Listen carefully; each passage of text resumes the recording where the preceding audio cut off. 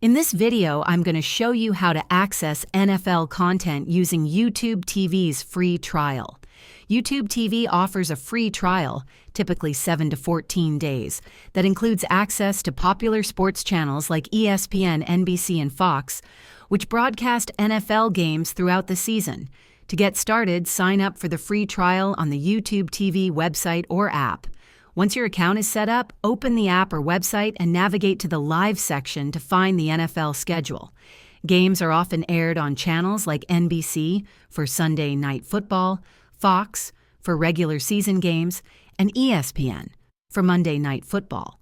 You can also use the search bar to locate specific games or related NFL content, such as analysis shows or highlights. If you want to record live games to watch later, take advantage of YouTube TV's Cloud DVR feature, which is available even during the free trial. Just remember to cancel your subscription before the trial ends if you don't want to be charged.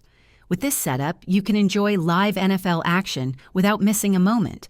If this video helped you access NFL content with YouTube TV's free trial, please hit the like button and subscribe to the channel for more tips. Thanks for watching, and I'll see you in the next one.